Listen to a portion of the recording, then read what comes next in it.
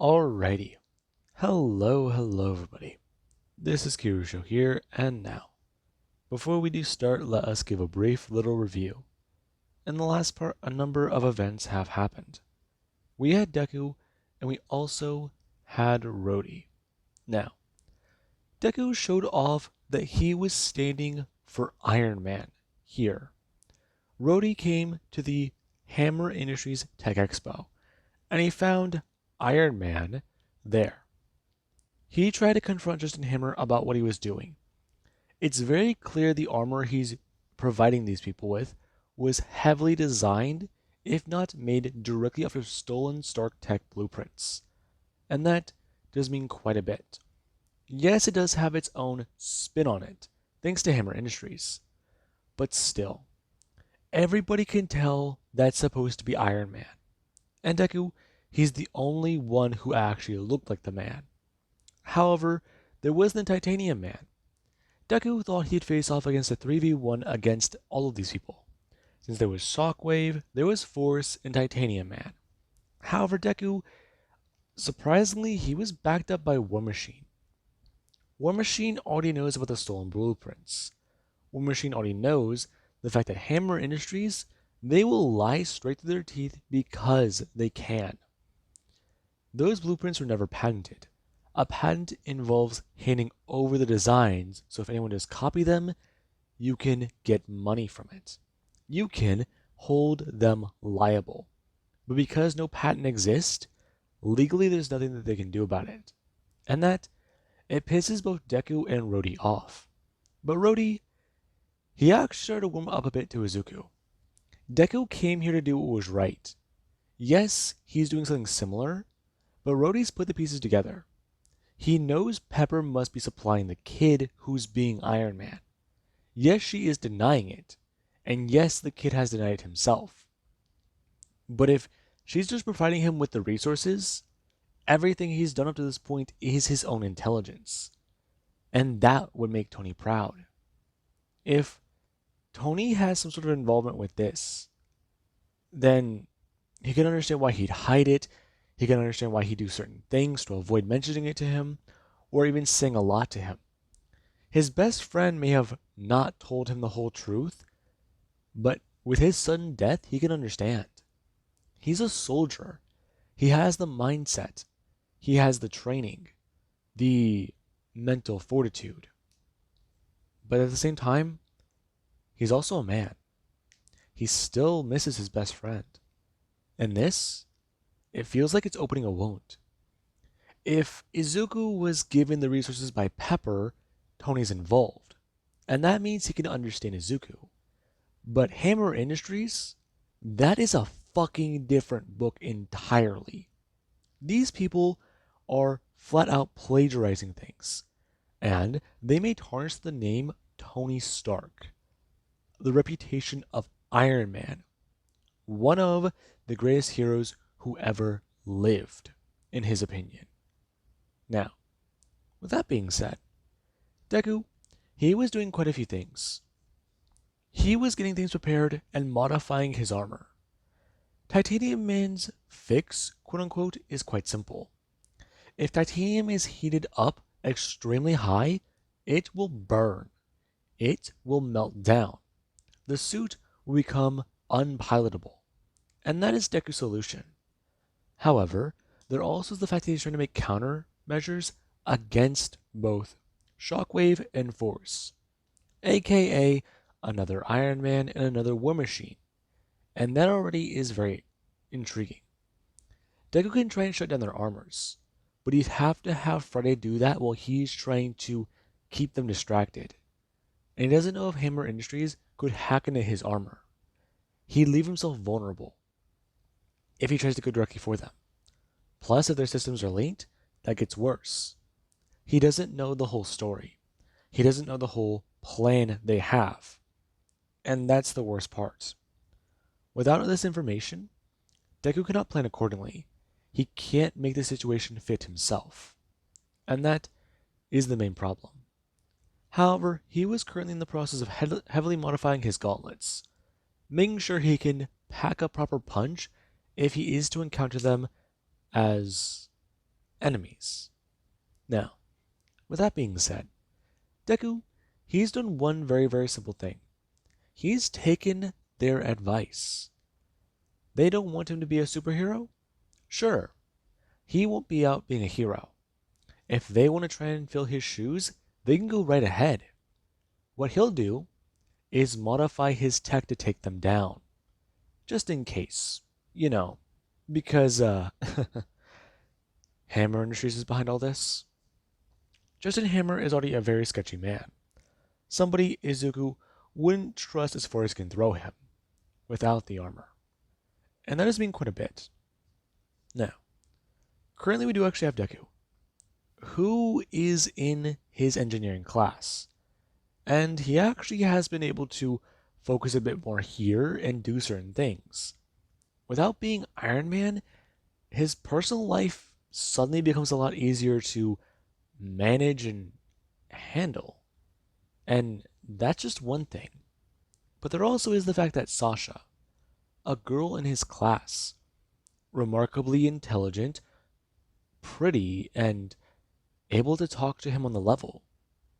Other people in class avoid him because of his intelligence, but she's actually working with him because of it.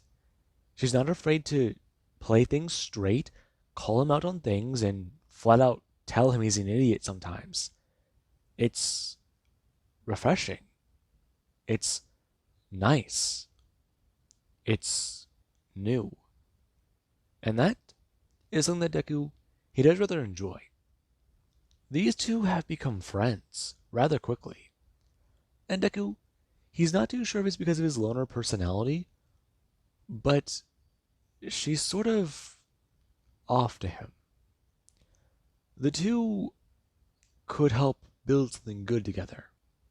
Well, not relationship wise, because they're holding themselves to a professional standard at this point, but possibly sometime in the future. But professional wise, they'd be very good partners, or well, partners in work ethic, or yeah, he hopes he has that right. Now, Deku, he's having a bit of trouble because he's encountering something that he's not used to: romantic involvement with somebody else, another human being, and it's just foreign to him. Love is a concept a smart man is not used to, and him in particular, it feels strange. Now, currently class is going to end, and Deku, he does sort of talk about it. It's the middle of December. It's pretty cold, and he's willing to actually walk her home. Though, she does talk about it. That won't really be necessary. Her father will have someone pick her up. Your dad? The two actually going to sit down at a table, them both sipping their warm mochas. Yeah, my dad. I mean, it's not something I like to talk about really, but there's a lot I like to keep private about me, Izuku. I can understand. Privacy is good sometimes. Yes, but I also do like to stay very far away from personal subjects. It's just my thing. Your thing. By that, do you mean a boundary? Yes and no. If I'm comfortable talking about it, I will mention it and bring it up, showing that I am open to talking and discussing subjects like that. However, if I don't mention it, usually I think it's a point people won't bring up. Understandable. No, it does make sense. Though, what about you? What are your boundaries? Hmm? Well, are we talking about ethic-wise, like work, or are we talking personal-wise, as in me the person? Let's say both. Where would you settle yourself on that debate? Are you more, well, let's say, this is a hard way to understand it, or even try to put it. Where would you say you scale on that? I don't really know. I haven't measured myself, I guess, but I'd say I like to try and do the right thing. I am aware of the concept of good and evil. However, I'd say I'm more lean towards the side of good. Evil is not correct in my mind. What do you mean? If I have the ability to do good, I will try. Just as I am able and have the capabilities to do evil. However, I abstain from using evil abilities. Or, in the proper words and way of saying it, doing evil. Interesting. Now, Deku and Sasha, they do talk a bit more. Them actually getting into a little bit more philosophical boundaries, if not more or less the way of talking about it. There is a lot to talk about here. These two, they could openly express thoughts with their minds. Two great minds that have someone to be a foil. It's interesting, nice, and different. Now, the two are a bit lost in conversation. And Sasha, she does have somebody from her parents' work category or catalog walk into the actual coffee shop. Then I'm going to walk over and express, saying her last name as they do try to tell her. She is supposed to be in the car and having a meeting with her parents soon. And if this does continue any further, they will already be later than they are. And Deku, he does get a turn. Okay, so not good. Her turning back. Sorry, I do actually have to go. This was nice. Maybe we could do this tomorrow. Sure. Though don't worry. I'll still be around. Do you want my number? Her actually staring at Deku. Her going to somewhat smile. Bring her hand down and writing onto a piece of paper. Her sliding it over to him, talking about it. There's hers. Though, don't be afraid to text her soon. And Deku, he does actually go to look down. Right now, it having her number along with a heart written on the paper. And Deku, he does kind of like that. She's not afraid to take initiative. Is that why he likes her? Him going to actually leave. Now, there is actually at the armory. It has been some time. Deku has not been Iron Man for several days. Let's round that off and say 2 weeks.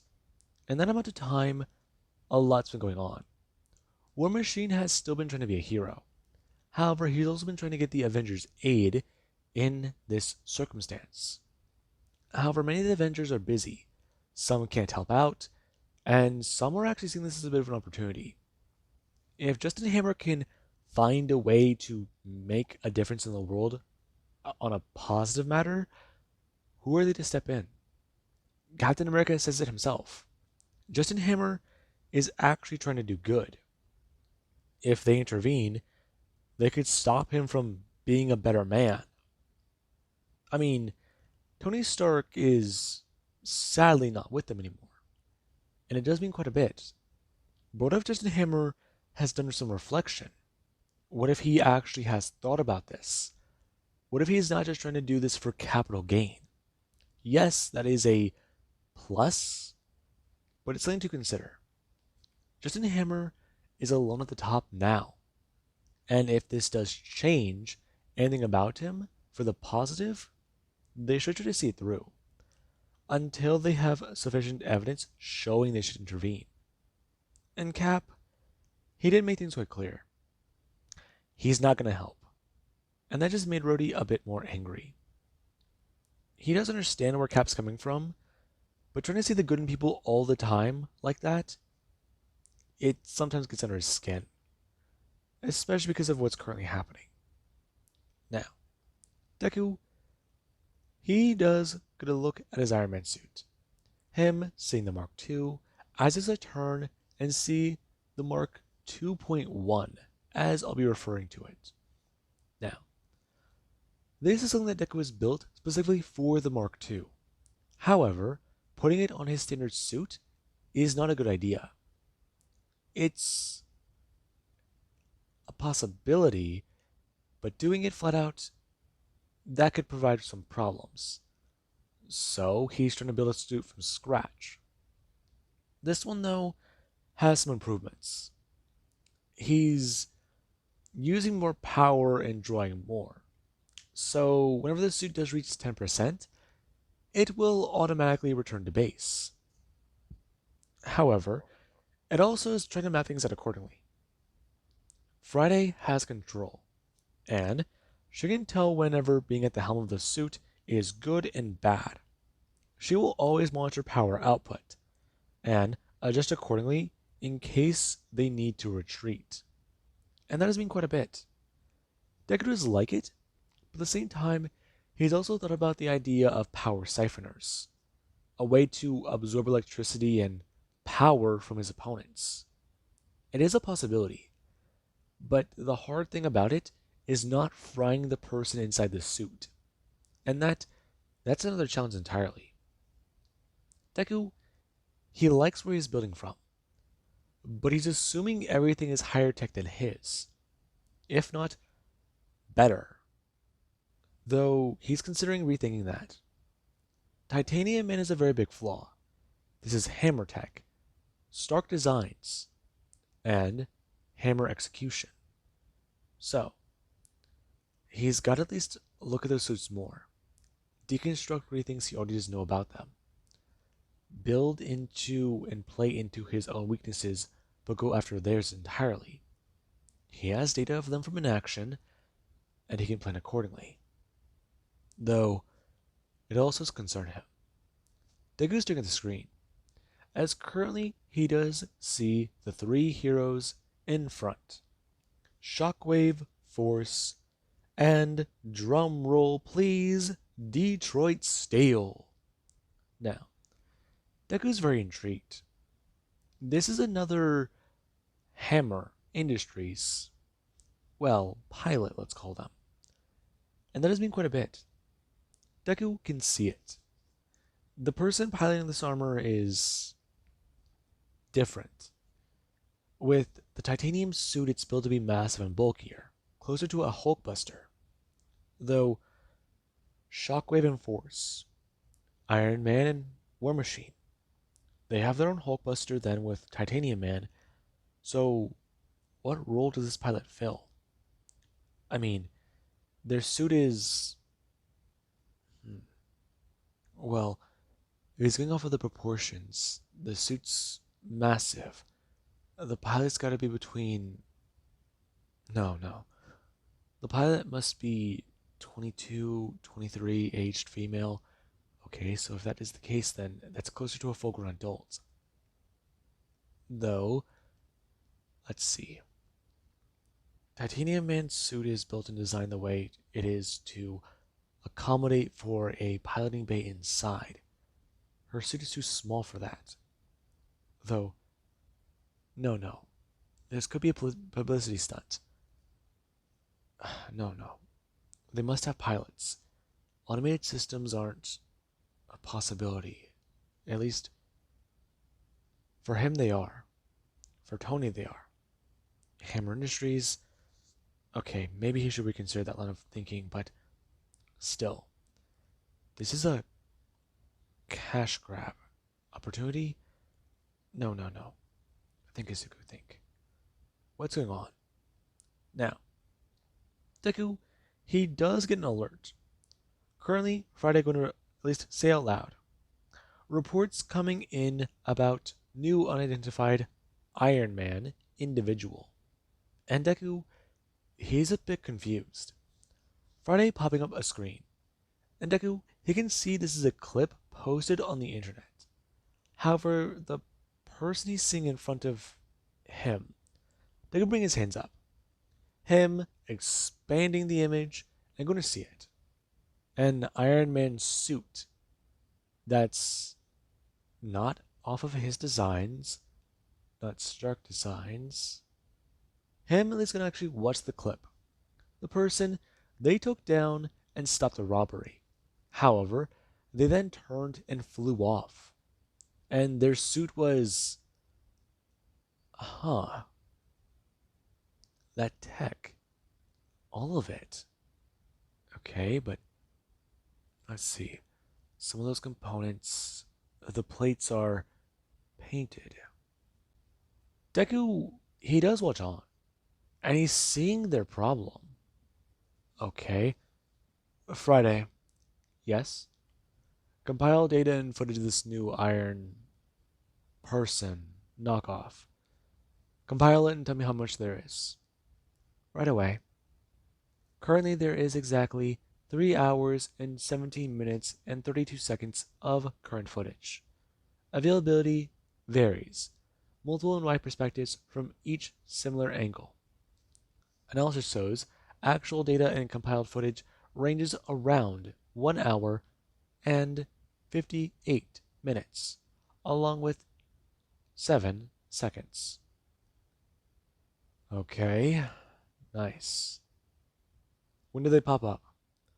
First appearance seems to be 2 days ago. Okay. Well, compile data and footage. Compile locations and show me what we have on the map. Now, Freddy is going to pop it up. And Deku is exactly what he thought. They're operating close to home. They must be. Their tech looks worse for wear, just to give it a better way of saying it. Though, let's see. Worse for wear tech, and if he does think he understands, they're operating out of a garage. Maybe a house? Maybe they're trying to stay close to home, but no, living in a flat out apartment would make this tech easier to trace. All you have to do is follow noise complaints, missing pieces, stolen components possibly, and where certain failures happen with technologies. You can compile that back and put things back together. Right. Okay. So, let's see. Deku bring his hand up. Him tapping onto a certain amount of area and swinging his finger around. Him telling Friday. How exactly is a calculation for where they might pop up in this area? And she's going to inform him. It is 100%. And Deku is going to ask, and what is the likelihood that it does go down further if they expand it? Begins to go down rapidly. Closest proximity to areas already seen. Right. Okay, expand the search to the most of the city. Then tell me in your unbiased opinion where you might find them. Calculating. Now, Friday does the pop-up circle. It's still larger than where Deku circled around, but by just a bit. And Deku, he does like that. Okay, so there's a bit of an area out of his range. That's gotta be at least a few blocks of the city, if not too much of it. But still, trying to figure out what they're doing, it would be best. Friday, look on public records for anything bought, such as tech, standard tech, advanced, or possibly mechanical. Find records showing who may have bought the most. Exclude retails and shopping centers from that list. And tell me what you do find. Running calculations. Now, Deku's gonna walk over. Him gonna get into the Mark II and fly off. And right now, Deku, he is curious about what Friday might actually find. And with that, Deku, he does get a head out. The Mark 2.1, as I called it before, does still need some work. However, it's meant to only primarily focus on energy blast and possible energy absorption. So missiles and other technology like that could be implemented just to have more of a arsenal, a weapons kit. Though, Deku, he also should look into the designs of one certain thing. Possibly making a war machine-like suit. Yes, it wouldn't rely on the energy component, such as the arc reactors that's powering the suit, and the unibeams, or even just basic energy so plus, along with stuff that allows him to fly. So that could all be centered, streamlined in the focus of the power source. Meanwhile, you actually have an artillery to play with, such as ballistics, missiles, you name it, even just your fist. It's still interesting to Deku. Now, with that being said, he does get a head out. And currently, there actually is somebody who's been waiting. They're curious to see the new Iron Man, see how he fares and compares. Though their tech should be more advanced. They modified it themselves. And they'll make sure that he goes down, if he does need to. But for right now, they want to see if they can leave him in the dust. Go through a race, maybe see who's just the better hero. Yeah, that's what they'll do. They'll make sure to take him down. And currently, Detroit Steel, she does get a fly off. Now, with that being said, I do hope you guys enjoyed. And have an amazing day. I'll catch you guys in the next part.